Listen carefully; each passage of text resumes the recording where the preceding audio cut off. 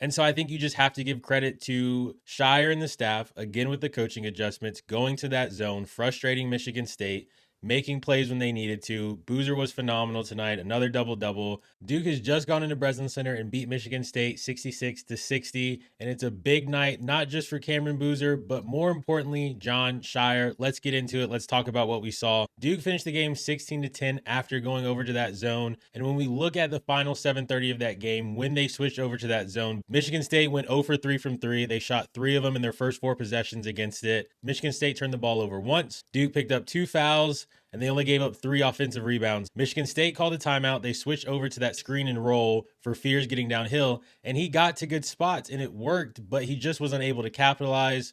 Cooper or Kohler missed a couple bunnies inside. Same with Carr. But again, the big winner to me here is Scheyer and him again proving his ability on the X's and O's. On this channel, we talk about coaches having 3 traits. You want at least 2 of these 3 if you're a good coach. Coaches that have all 3 are what we deem in that legendary or really great coach. You got to be able to recruit. Can you recruit guys that fit your system? You got to be able to motivate guys when they don't want to play or if they're getting punked in a sense. And then the X's and O's.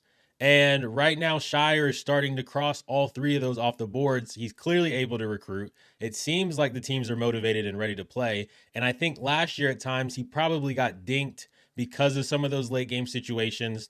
But this year, he's showing his X and O's brilliant. We've seen amazing second half adjustments out of him. We talk about the Texas game, getting Boozer involved in that second half. The players are executing the actions better. And then even tonight, you look at the pass out of the double team by Boozer to hit Foster on the wing for the 3. He did the same type situation at the end of the Florida game where he's coming off the pick and pop with Isaiah Evans.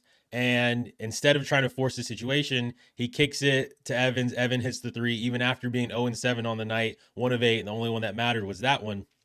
So this was a game I thought was going to be the toughest on their schedule as we've progressed through the season. Michigan and DC could be difficult. I'm not as high on Michigan, even with the Vegas performance, because of the anomaly to me from the 3-point line for them. I also saw them really struggle against Wake Forest. Duke might be able to run the table to March.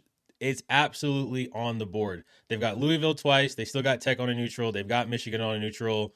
Those remain as their toughest games right now. The ACC does not. The ACC is better than what it was last year, but still, I don't know if the rest of the conference is going to be able to compete with them. And so I think you just have to give credit to Scheyer and the staff, again with the coaching adjustments, going to that zone, frustrating Michigan State, making plays when they needed to. Boozer was phenomenal tonight. Another double-double. We said it earlier in the SEC ACC Challenge video. He's clearly separating himself as the best freshman in the country. He's starting to establish himself as the best player in the country overall. And Scheyer is making life easier for him, which we see out of some other programs and coaches that they're not making life easier for their best players. Scheyer and the staff is doing their best to make life easier for Boozer, and he's taking advantage of the situations when they come.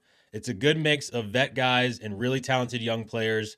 I think Ngangba has stepped up. Malik was fantastic tonight. And even Duke, again, facing the foul trouble. I think if you looked at Duke's roster this year, the biggest question mark on it was going to be the depth and size. And if something if something happened with Ngangba or Brown or Boozer, where would they go? You've seen them play against Florida, which was the best front court in the country, come out with a 1-point win. You've now seen them go against Michigan State, and in my opinion, 2 of the most difficult and craftiest big men to deal with in the country, in Kohler and Cooper. And Ngangba got hurt, dealt with foul trouble. Boozer dealt with foul trouble. He obviously fouled out of the game. Brown dealt with foul trouble. And even through those now, we've seen 2 tests that have really pushed, I think, the post play to the limit for Duke. They've come away with a 1-point win over Florida and a 6-point win on the road against Michigan State. So there's not a ton of questions. The biggest question I had on them is getting answered, and it's been answered twice this week. Now it's just matchups and how far do they go. This Duke team is a legit national championship threat.